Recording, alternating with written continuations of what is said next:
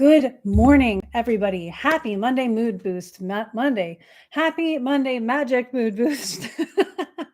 My name is Crystal and Sophia. I'm an astrological magician so that you don't have to be, but if you want to be, we're going to talk a lot more about details about how it works, the thought processes behind doing the work. And especially today, we're going to talk about Uranus coming into Gemini. There is a lot of social media hype around this, which is characteristic of Uranus coming into Gemini. So I really want to talk about it. I want to ground into it. I want to be both practical and rational, but also, let's be in the balanced, grounded center of all of this, right? There are so many things that you're going to hear about Uranus being in Gemini. And the thing I'm hearing the most is, of course, the scarier side of it.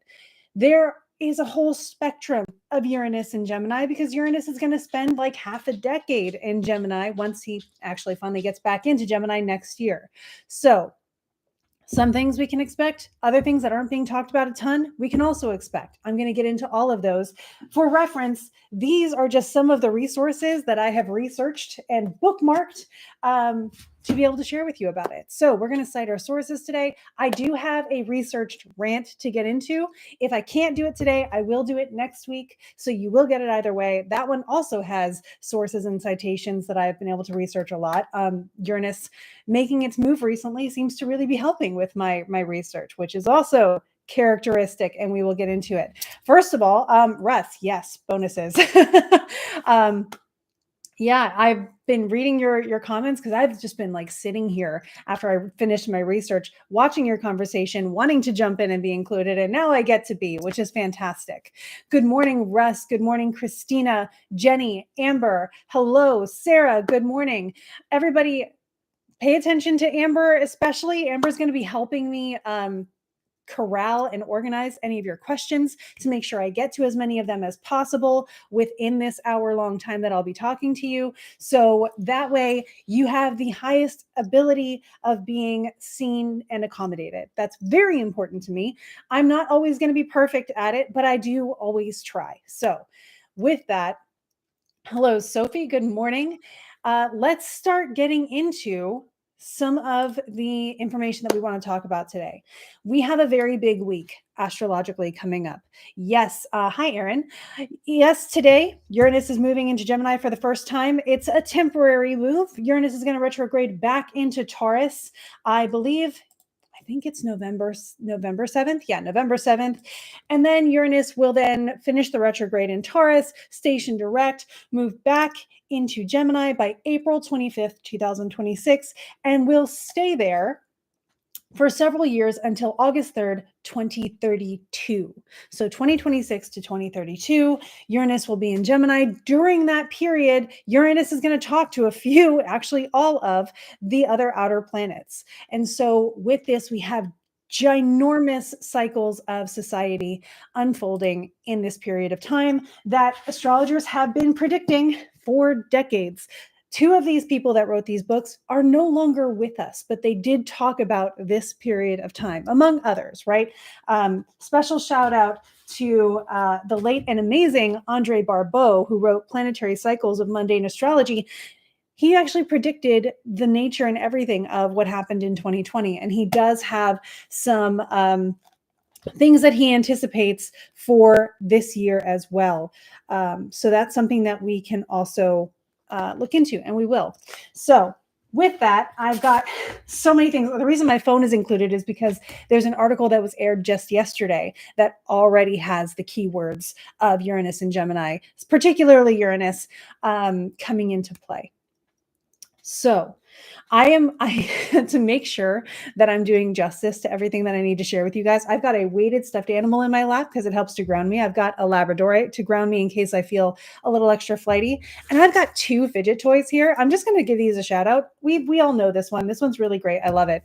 I recently got this one. It's a star, but it's like the best sensory thing ever. I got it while I was in Oxford at a shop that specialized in art from people who were neurodivergent. So really wanted to do like a shout out for that too. If you see me messing around here, it's because this is going to help ground me, because Uranus doesn't do grounding very well. So yeah, the starfish is everything. I'm not kidding. If you look it up and like Google it, it's a 3D printed starfish fidget. I'm sure you can find it on places like Etsy as well. But yeah, I absolutely adore it. It's been helping me a ton. And trust me when I say that this Uranus transit has been impacting me a lot, and this has been helpful. So Uranus and I have been in a bit of a tango for about 3 years now. And then, of course, as soon as it finally gets out of my seventh house, it interacts with my Time Lord for the year on its way. So for everybody, hey, Hunter, for everybody over the weekend around July 4th, that was feeling like things just went crazy, whether it was the headlines, the headlines, or whether it was also in your personal life with your relationships. Yes, Uranus actually conjoined Venus in her domicile of Taurus at the 29th, which is called the anaretic degree. It's a critical degree because it's the planets at that last degree saying, what didn't I do? I'm going to do it all right now to finish up my agenda for what I wanted to accomplish while I was in Taurus. So Venus was doing that, and then she moved into Gemini, and now Uranus has also moved into Gemini. They will not conjoin again, which is great. But that could have stirred up a lot of stuff when it comes to your interests, your values, relationships, and ideals. So if this weekend's been one of having to sit with discomfort in certain ways, yeah. And I want to validate that, right? Like if you're feeling uncomfortable, I don't want you to be like, oh, well, it's okay because astrology explains it. No, no, no, no. This is the time to assess, evaluate, decide who that makes you. Uranus is not the planet of discomfort. Uranus, and we'll get into this right now, is the planet of instability and destabilization, progress, innovation, inspiration, genius, tons of things that can lead to really amazing, like I said, progress and revolutionizing of things. Now, do we do that by staying the same and comfortable? Typically not. So because Uranus destabilizes things, one of the other things that Richard Tarnas, who has another book called Uranus, Prometheus, the Awakener, because he relates Uranus to Prometheus rather than Uranus, the god. He likes Prometheus, the Titan, which we'll get into a little bit as well. He's not the only one to make that comparison, and it is a really good one. First of all, Uranus was almost named Bob. So thank goodness they didn't do that. When Uranus was first discovered, they allowed, I think it was, they were going to name him after, I think it was either a king or something like that. And he was going to end up being named Bob. And someone was like, you know what, let's go for Uranus. And I think that makes astrology a lot easier to interpret. Believe it or not, that makes it easier for us to interpret that because we have a mythological basis for Uranus. We have none for Bob. So we'd have to really get into that. Yeah. So that's your fun fact about Uranus as you see everybody talking about it. Post in the comments. By the way, fun fact, Uranus was almost named Bob. So we love that for Uranus. But it was named Uranus, and some people theorize Prometheus would have been as adequate or more adequate of a name because what Uranus tends to do is stir things up. And if we think about Prometheus, right, the theme of Prometheus, where Prometheus brought fire to humanity to make humanity just a little bit more on equal footing to the gods. If you think about that in a metaphor for our life, Uranus tends to do that when there's a massive discrepancy between a certain echelon of something and another echelon of something. If we put that in the context of people, if the gap is too big, Uranus is going to try to level that out a little bit. And so, and yet this planet gets the most jokes about the pronunciation. Yeah, this is literally when I got into astrology, one of my first decisions I had to make was how am I going to pronounce this planet? Because I'm going to be saying it a lot. So yes, Shauna, as an astrologer, that is one of the things that we all have to think about. Many of us stick with Uranus for reasons.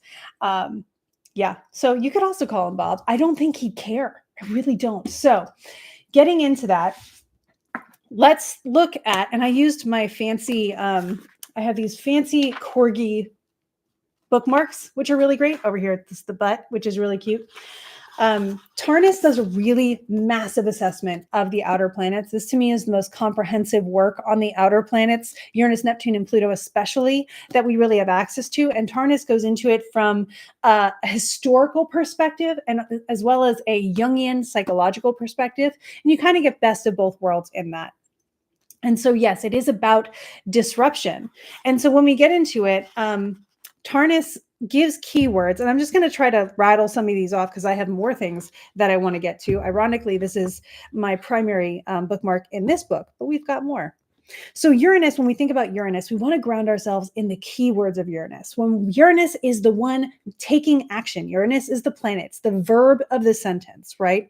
So what kind of verbs, what kind of actions can we expect when Uranus makes a move? When a planet transits into a new sign, it kind of leaves a mark when it does that. It changes its agenda, and we all kind of see how that starts to set in. And so it moved in, they moved in today. And now we're going to start noticing on a couple different levels what Uranus is up to in Gemini. So one of the ways you do that is, of course, use the archetypes, which Tarnas is a genius at. But then you also look back. For my Modern School of Ancient Wisdom students, we had a little bit of an assessment on this in our weekly newsletter that you should have received yesterday. And so we went back and looked at the different dates. I'm going to go through Uranus's dates today as well, the ingresses Uranus has had. I briefly covered these on a post I made on social media yesterday too. So if you want to be able to screenshot, that might be an easier place to do it.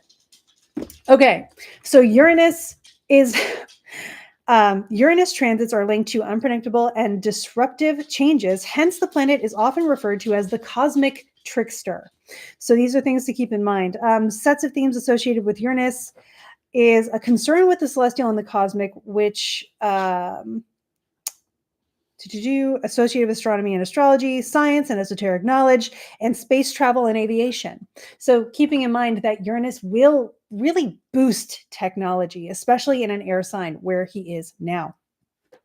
So Uranus is regarded as signifying the rebel, the innovator, the awakener, the individualist, the dissident, the eccentric, the restless, and wayward.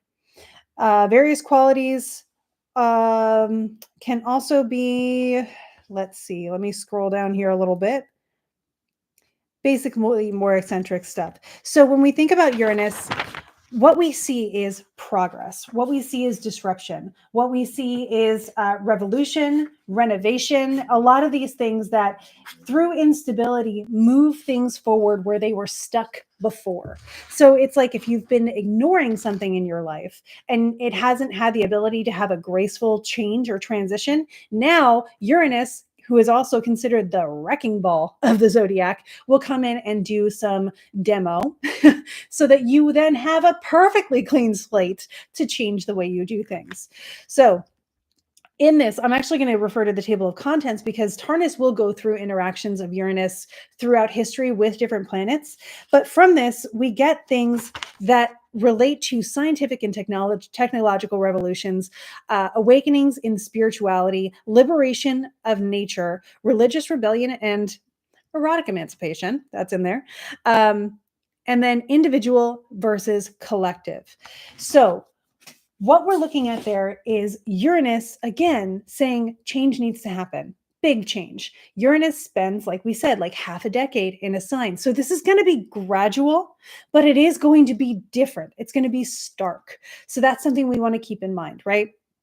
We know we're going to go through changes over the next half a decade, and some of it's going to be really exciting. Uranus has this thing. Uranus reminds me of how I taught myself to enjoy roller coasters. I used to hate them, but I decided if I'm going to scream, I might as well decide that I'm screaming out of joy and excitement rather than fear and anxiety. So one day when I was riding a roller coaster, I started screaming that this was the best thing ever, and it kind of broke my belief that this was scary and that I was going to die.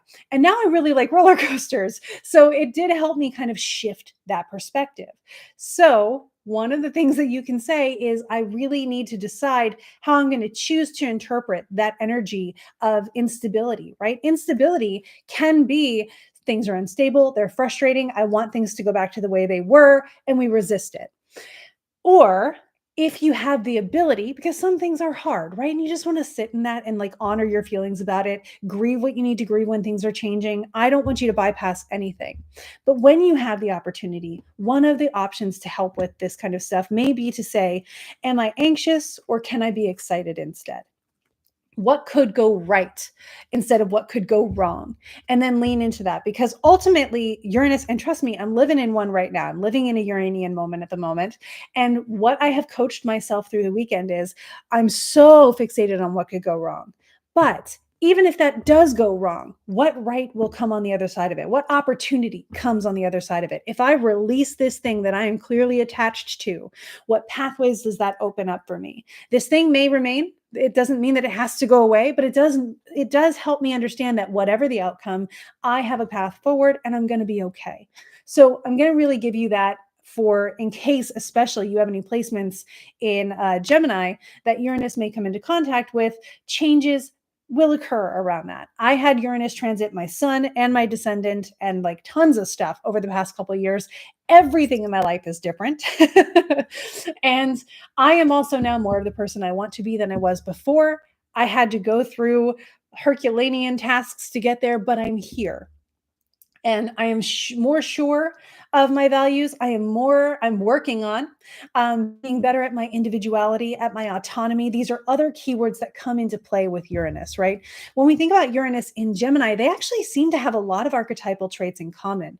Uranus, in fact, in modern astrology, people will actually attribute rulership of Aquarius to Uranus. I personally don't use this because I find that Saturn is a much more effective ruler in interpretation for people's charts and for the way things are going, because Saturn actually does move a little bit more, so we can do stuff with it. Uranus is actually twice as far from the sun as Saturn, right? So yeah, I know we have Jupiter, Saturn, Uranus, Neptune, Pluto, but the gap between Saturn and Uranus is as long as the distance between Saturn and the sun. That is a long gap, right? So we want to keep that in mind. These are things that unfold over the course of society and social structures, of micro generations, right? So those are things that we want to be able to really acknowledge as we're going through it. So thank you, Tarnis, for your help with identifying Uranus and what Uranus talks about. I'm going to catch up really quickly on some of the chats before I jump into some more on this.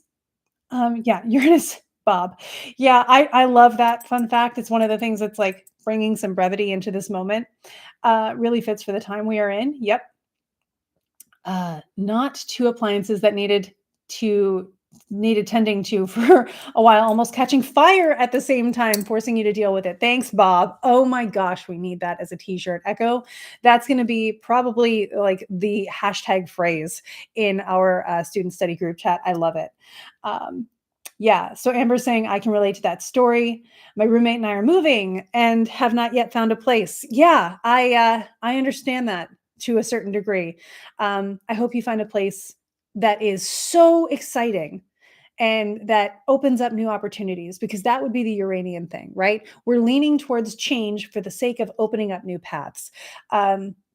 And this, of course, as my clients start coming to me saying, why is everything in my life unstable? And I say, oh, there's Uranus. These are going to be some of the things that I help coach them through. So if you do have a transit coming up, boy, I've lived it too. So my lived experience can also be added to my astrological knowledge, and I can help coach some ideas and strategize with you if you feel you want some support, because it's helpful. It really is. Yeah, embrace the change. Exactly, Amber. Thank you. Stephanie says, that's so cool. The roller coaster analogy. Neuroscience tells us that excitement and anxiety feel the same in the body. So if you say you are excited about the thing, you can rewrite your brain. Yes, as long as you're not in danger, it's a great idea, right? Sometimes we put ourselves in situations for the thrill of it. I know, like, my husband loves horror movies, right? I don't get it, but I respect it.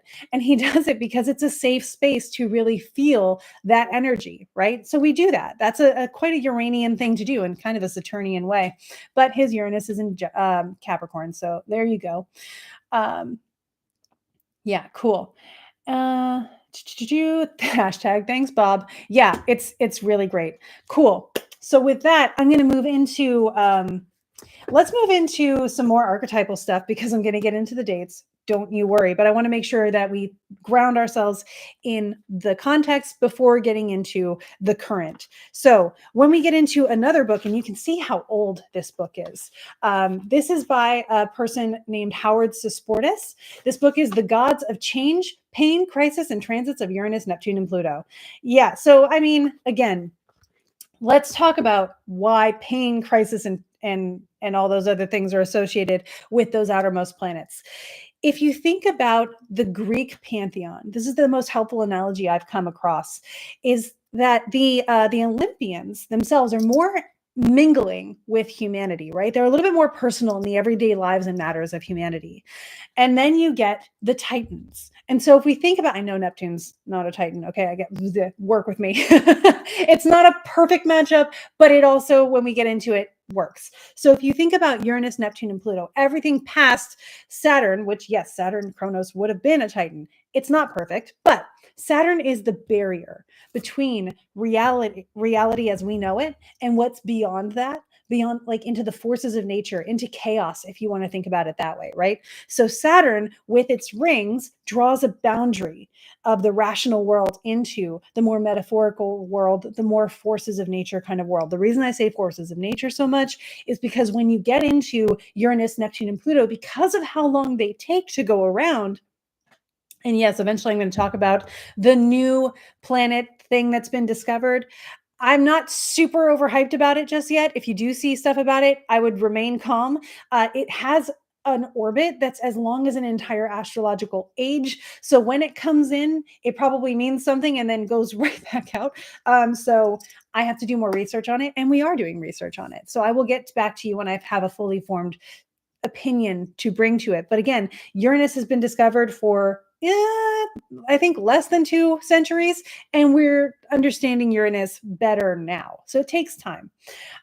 So when we get into these cycles, we want to think about them as truly the forces of nature. We want to think about them as less the deities that are sort of interacting in our lives and working over our shoulder, and more the things that keep the cosmos in balance. The things, it's more of the weather patterns, right? If you think about weather patterns, they're doing what they're doing. They're finding balance and instability all over the earth, and we are subject to that. And so if you think about Uranus, which is apt for this, Uranus as weather patterns, like the atmosphere, especially with Uranus in Gemini, air sign, you get that sort of instability of the atmosphere as a really great analogy. So we think about Uranus as this cosmic natural force that is moving, and we are subject to the motion of it. It's not looking at us directly. We are not under its gaze. It's just doing what it was always going to do. It is one of those things that is just part of nature. And so that's why I kind of do that with those outer planets. It's another reason why I don't really give them rulership over things that would then lead to our personal matters, because they're not looking at us that way. It's not the nature of our relationship. And with that, we get into the understanding of the planets as the gods of change. Really cool way Howard Susportis noted that. And so because I'm looking at a corgi butt, I know I want to turn the page. I don't remember who gifted me these, but thank you to that person. So here we start thinking about Uranus transits, thanks to Howard Susportis in The Gods of Change. And so he actually brings up a really great, very relevant topic here that I think we're going to notice even more. And there's a little note that I want to add on to it that gives me a little bit more hope too. So I'm going to read this passage really quickly and summarize it a bit. Uranus also, according to Howard Susportis, can really bring in a connection between the everyday person and the universal mind. Now, this gets into really interesting things where people start doing things because they believe they are taking action on behalf of either God or the universal good, right? And so I'm very glad Howard points this out. Obviously, in some cases, this is a quote: "The belief that we are acting on behalf of some all-knowing higher authority contributes to arrogance, hubris, and ego inflation at the very least, and psychotic behavior at the very worst. History records numerous atrocities and injustices perpetrated by blindly self-righteous individuals and nations claiming to be agents of divine will. Nonetheless, we shouldn't dismiss altogether the concept of a universal mind. Mystics and mentors from a diversity of civilizations and epochs have repeatedly claimed the existence of a higher unifying element which pervades all life." And so then he goes into like modern physics and understanding that there is some kind of almost prima mobile behind the way things work. But this is where the soapbox that Emily, Rebecca, and I never get off of about not allowing yourself to spiritually bypass the moment becomes very important, right? We are in a stirred up kind of energy where you may, as intuitive people, get a lot of pings, get a lot of downloads, and you need to make sure you lean into that air quality of Gemini and say, okay, what's the temperature? Where are we all at? Where is my place in this? Who am I as part of the collective? As the collective and all of us together are creating change on a larger scale. The change is there. You are a wave in the ocean. You are super important and you're part of that motion, right? So we want to make sure we keep that in mind. You're super important. The ripple effect you have is incredible. And it is part of this bigger collective motion that is happening. We're already seeing it showing up. It's probably going to become even more noticeable between now and honestly like 2030. In fact, I don't remember if it's Howard Susportis that gives us exact dates. I think he does, um, as well as Andre Barbeau. But in order to talk about that, I need to bring up another planet. So before I do that, I want to give you this one fun fact that popped up. This is an article talking about, if you haven't read the headlines, and I'm going to get into headlines here, I usually would not, but it's very relevant to this transit, and this is YouTube. So I want to give you a very brief insight into the way that I manage how much information I disclose, given where I'm disclosing it. If you are finding me on social media where I am most encounterable, right? TikTok, Instagram, those short form platforms, I am going to give you the most archetypal interpretation of something that I can, or the most grounding version of something that I can. Because on there, my sole job is to help you feel grounded in the information and to help combat any fear that other platforms or other creators may be stirring up. So I will always then tell you where to go if you feel ready or want to go a little bit deeper for excitement or for practicality. And so here on YouTube, you guys show up every Monday and we talk a little bit more realistically about what's coming up. And so that is why here I will give you just a little bit more about some of the like the headlines that I'm noticing, things like that, to help again ground into the astrology of the moment and understand, while everything is going nuts around us, where we're at, so you can feel more grounded and make your decisions with an educated mindset. To go further than that, to look ahead, to look at more context, to go absolutely bonkers with astrological detail, that I leave for my Patreon student study tier. To me, this is what consent comes in the form of. In this case, you're saying, I want to know everything. I was having a conversation over the weekend with someone who was a client, and as we were talking about this, I had to stop myself a couple times and say, how far do you want to go? How much do you want to know? And when they said, yes, I want to know everything, because they were trying to make a very important decision, I was able to go deeper with them and with their personal astrology because I had access to it because they are a client.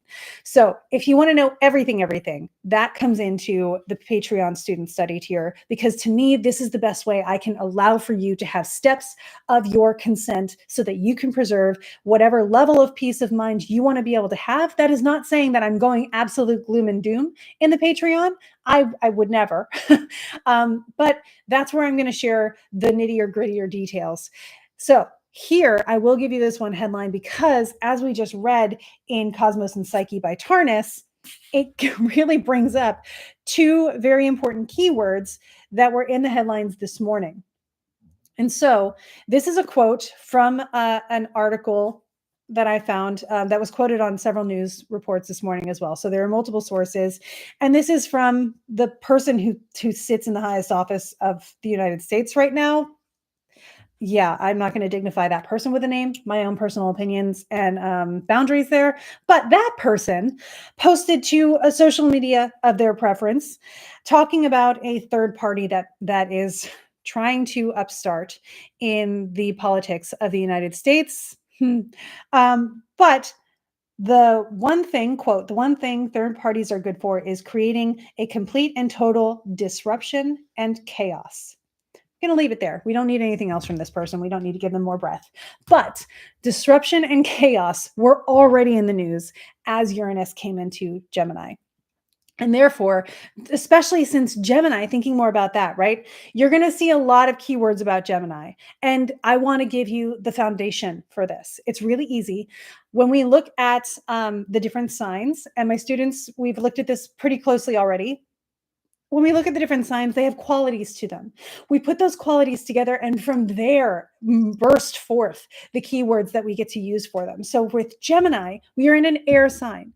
Air, if you relate air to your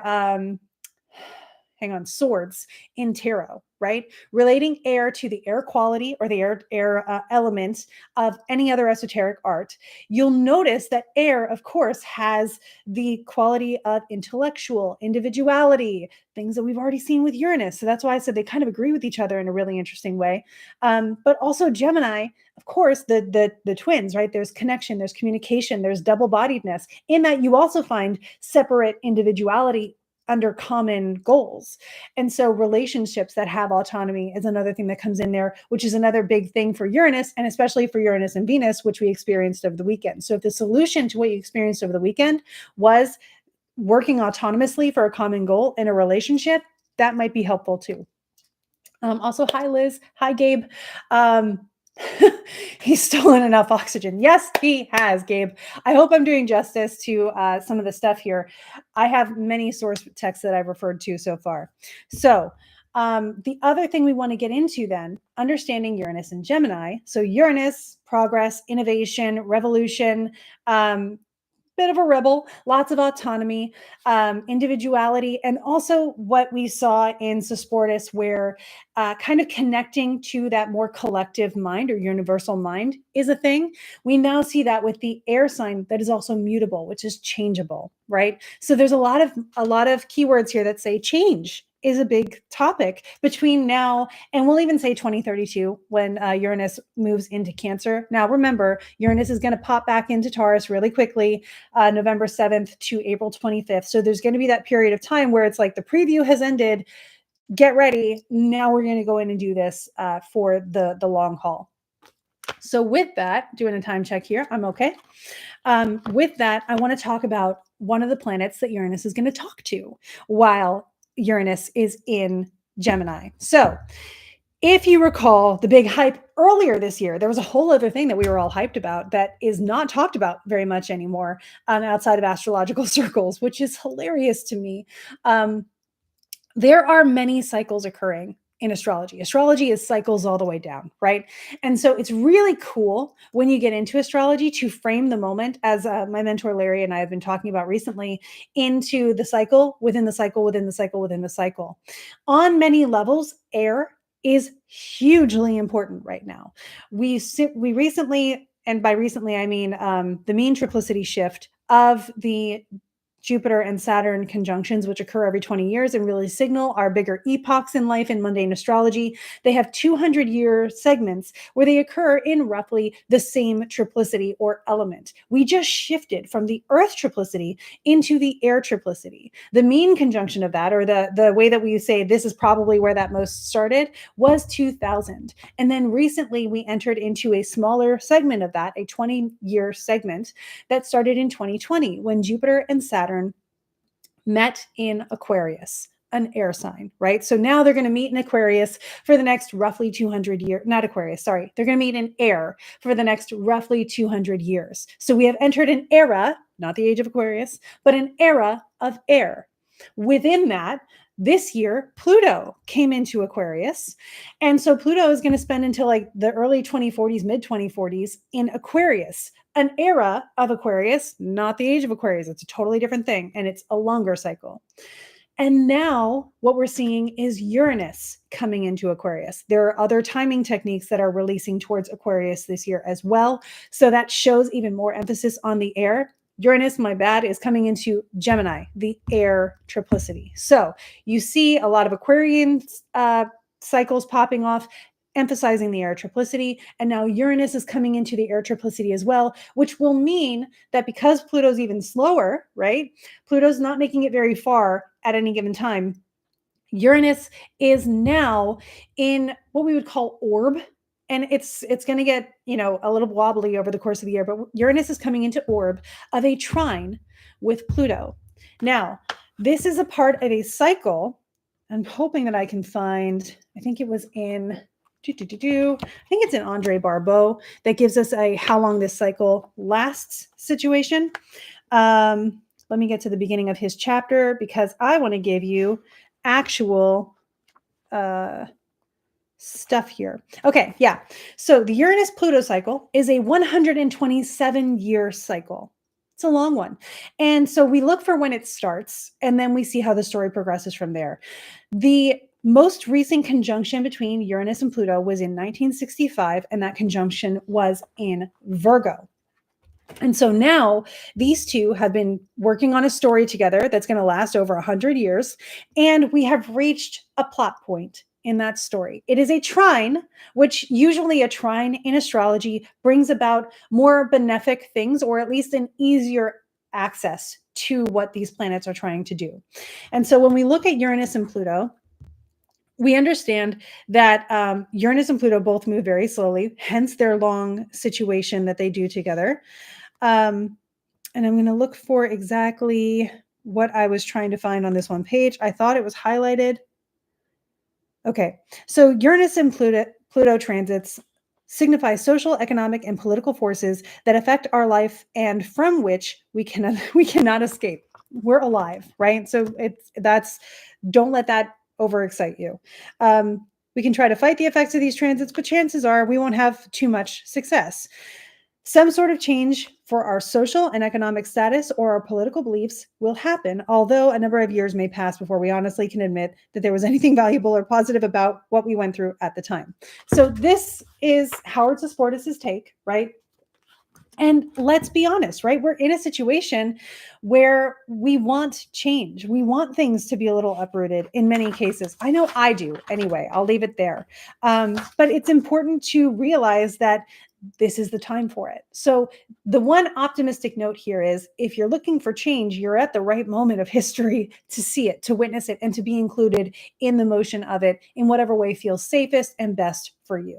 So that's really, to me, something good. I know when I was looking at the Aries ingress and I saw how much change was coming, the results of the election last year, the one thing I told myself was at least we get to be the ones making the change instead of the ones resisting it at this point, because change is coming. So I would rather be on the side of making it and seeing that happen. So that's one of the things that I've been working with. So when we talk about the trine between the two of them, which I will get to here, let me just see. I may not be able to find it because sometimes my eyes go all wonky when I try to do this stuff. But that's okay. So we see that with the, we see that with what we're looking at with the Pluto and Uranus situation. Now, this is where I'm going to get into planetary cycles by Andre Barbeau. He actually goes into something, he makes really interesting predictions. Like I said, he was able to anticipate what was coming in 2020, even though he had passed away before it happened. So he wrote this book, obviously, before that as well. He has one paragraph that gets into specifically the perfection of this trine that will happen next year. So again, we're getting a preview of it this year, and it will perfect next year, and the effects of it will last for a while. So if we narrow it down to a smaller segment of time, we look at planetary cycles in mundane astrology by Andre Barbeau, and he says, quote, if we could make a reasonable promise regarding the future that has a good chance of being kept, it would be that there will be a new great phase of technological growth, altruistic in nature, between 2026 and 2028, when the outgoing Uranus-Pluto trine receives a beneficial double sextile from the central Saturn-Neptune conjunction. What I like about that is he's understanding the entire sky with that, because you've probably already heard a little bit about the Saturn-Neptune conjunction, which is another aspect which will perfect next year in the fire triplicity of Aries. Air and fire are connected in a chart by a sextile. If you put like a whole hexagon across the chart, you would get the sextile aspect between certain signs of fire and air in a chart. And so with that, one of the things we can anticipate is a lot of progress. But what I like here, and this probably comes from the air sign qualities, and I'm guessing he's influencing it a little bit with the Neptunian qualities as well. The altruistic in nature thing is something I choose to lean my energy into, because I don't get to decide what everybody else is doing, but knowing that that is one of the ingredients on the shelf, I'm going to pop the cap off and pour as much of it into the recipe as I absolutely can. And so hopefully that helps you guys as well. So with that, I'm going to take a quick break here and catch up on the comments, because I know Liz has joined us. And then I'm going to get into some dates so that we can ground ourselves in what's happened historically, and also think about, what does this mean for us right now, given the context we're already living in, right? We don't have to reinvent the wheel here. We are living in it. We're going to use the building blocks we have to create this future. So that's something we can consider as we're trying to anticipate what we may need for this. And again, you don't have to think about it at all, right? It's a transit, it's happening. Sometimes it rains outside and you don't even think about it, right? Sometimes it's sunny and you don't even think about it. Astrology, if you want it or need it to be, can be the same way.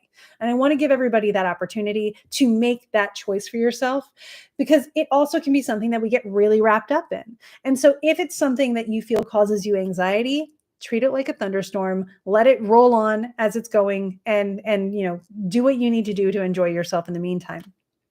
If you like knowing, that's what this part is for. And again, not to fearmonger or anything like that. I just like to always make sure we give options, because I can hyperfixate with the best of them. And I want to make sure everybody has that pause to be able to decide for themselves. Cool. Thank you, Amber, for reminding people as we're going along what we're talking about. Good morning, Liz. Gabe, it's great to see you coming up here. Thank you, Amber, for being excellent with helping with definitions of some of the stuff I talk about too. I really appreciate it. Jenny says things have to be uprooted for actual tangible change. It's not fun to experience, but it's necessary. Often, yeah. Change is going to come, Madwin says. Yeah. All right. And let's see. You love gardening. That's awesome. Rain falls past my window. Nice. Really great timing. Echo says, remember to click the like button. Aw, you're wonderful. I appreciate it. Yeah, great. Jendi, hi. Thank you for being here. Rain on me. Awesome. Dancing in the rain. I love that idea as well. Cool. All right. So now, if you'd like, this is where I'm going to bring up, I can either show you a list as I'm talking about it. It's a little bit more of a list format.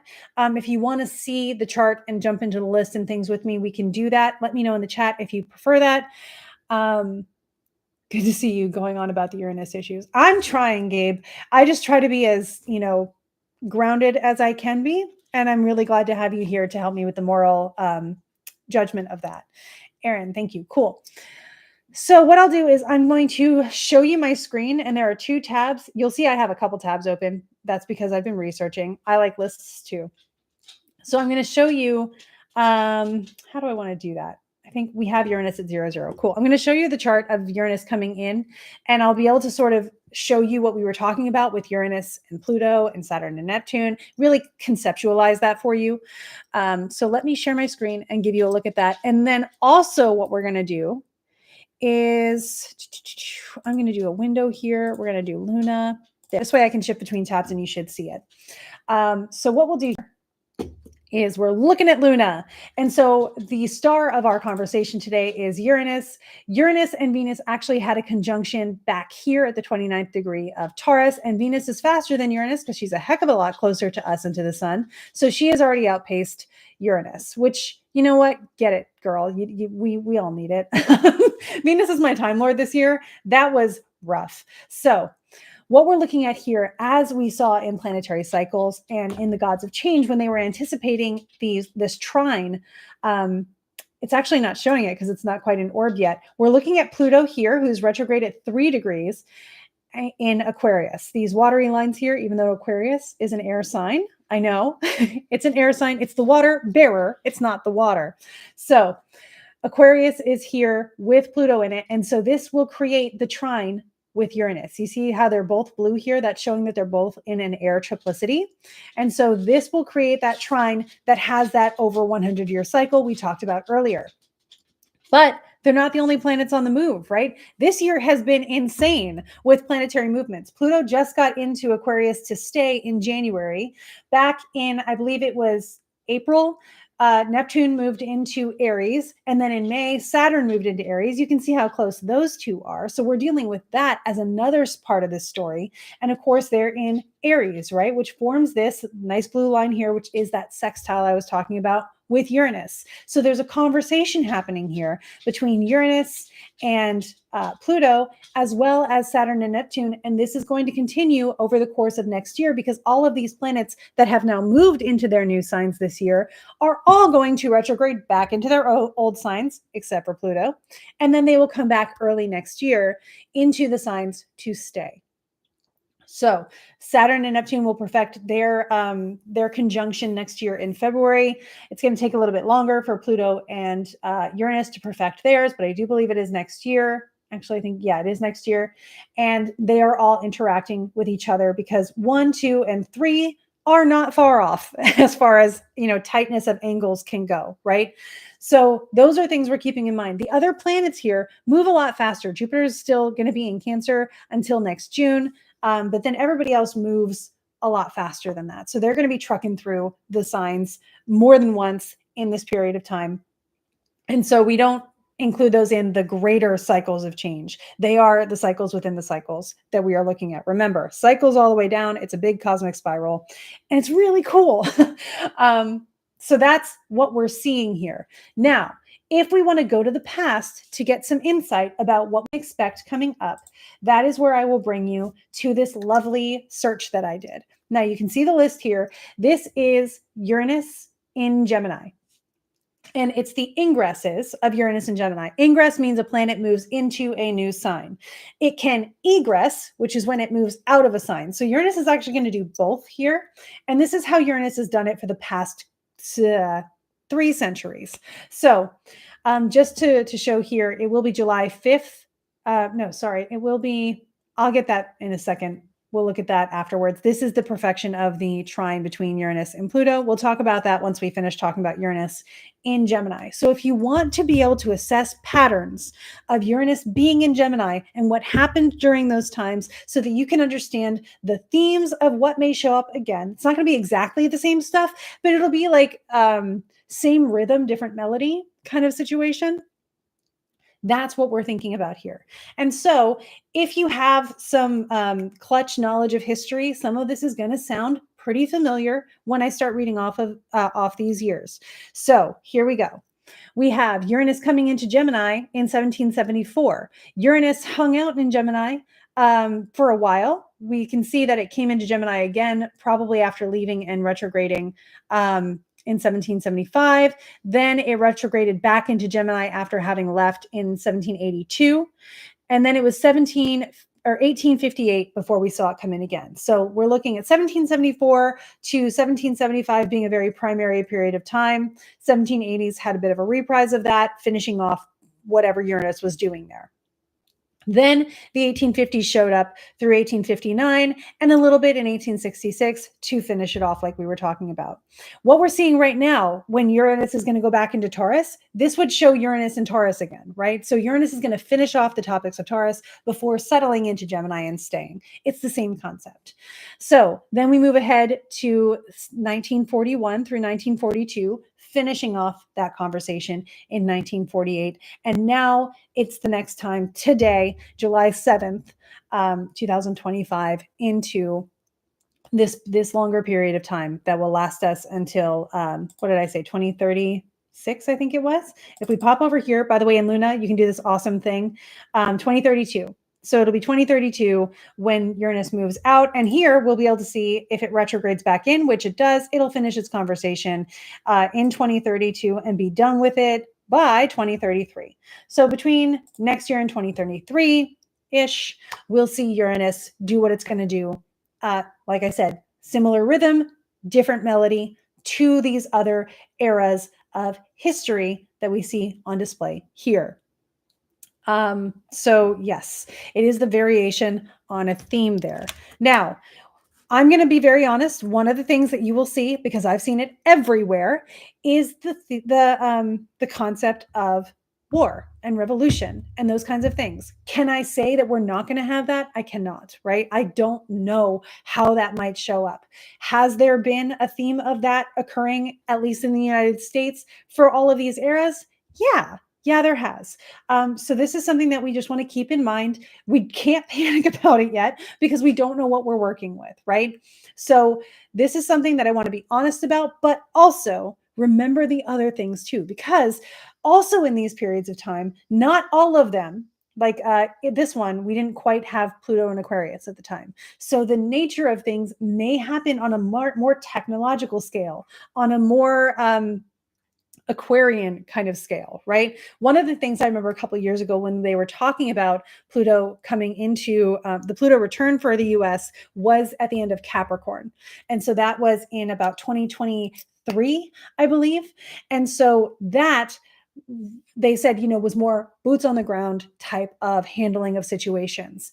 As we move into air, and we are now in an air triplicity saga, remember the Saturn and Jupiter conjunctions, this leads us into more technology, communications, policy, and those kinds of things. So that, like, again, the tune may be very different because we are in a total different era of the world. All of these, I believe all of these happened within, at least most of them happened within the Earth triplicity era as well. We are now in an air triplicity era. So it could bring a different flavor. And I want to acknowledge that. I don't want to ignore it because it will then skew the way things go because it's a fact, right? We are in that air triplicity. So that's something to keep in mind that it could be, if we're gonna talk attacks, it might be more cyber or that kind of stuff. But again, let's let things show us what's unfolding. You can prepare, you can anticipate, you can be like, okay, I'm going to know what I want to do in those situations and all of those things. I do not encourage people to freak out. I encourage you to say, how comfortable do I feel with my current situation? And if you have any fears, ask yourself what you need to feel more comfortable and then work with that and empower yourself towards feeling safe, comfortable, and leaning into the other things that we get, right? There's a lot of technological advancement, especially with all this air. Again, Andrew Barbeau, who predicted the pandemic, actually really liked this era and said it was altruistic. And I believe there's a part in there where he believes it's the better part of this century. So there are things to keep in mind, right? And there's a lot to be able to put together. Yeah, Jenny, I've been singing that song since I saw this coming up, and then it became popular. So I was really glad for that validation to intuition on that one.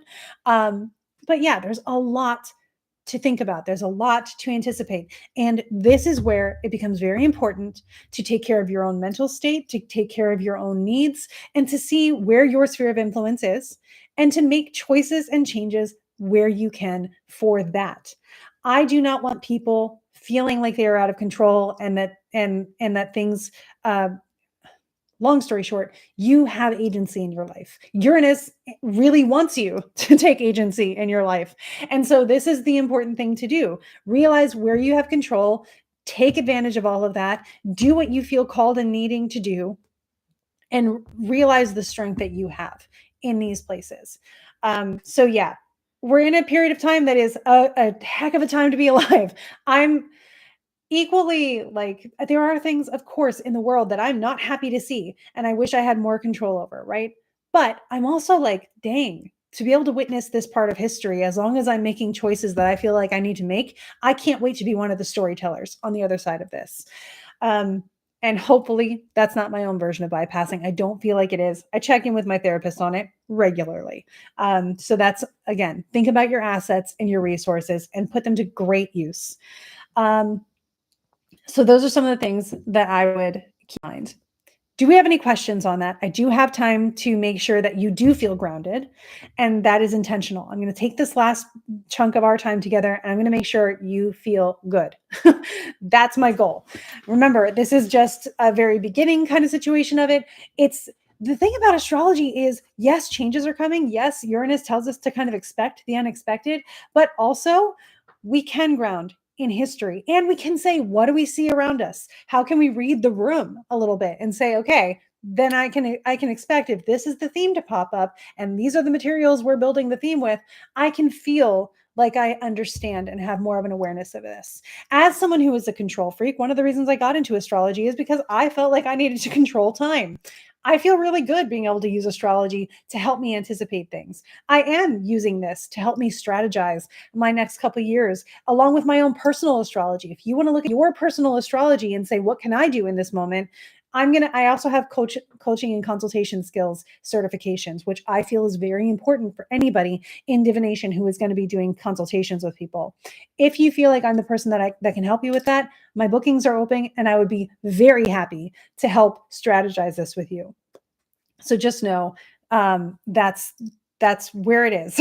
I'm here to help you here, but also I can help you more deeply on a personal level because your personal timeline is also incredibly important. You are a little cycle going around in the bigger cycle. And it's so fascinating to me how important every individual person is. So with that, I want to thank you guys. I'm going to catch up on the chat here and make sure I do get into anything that you guys need to have addressed.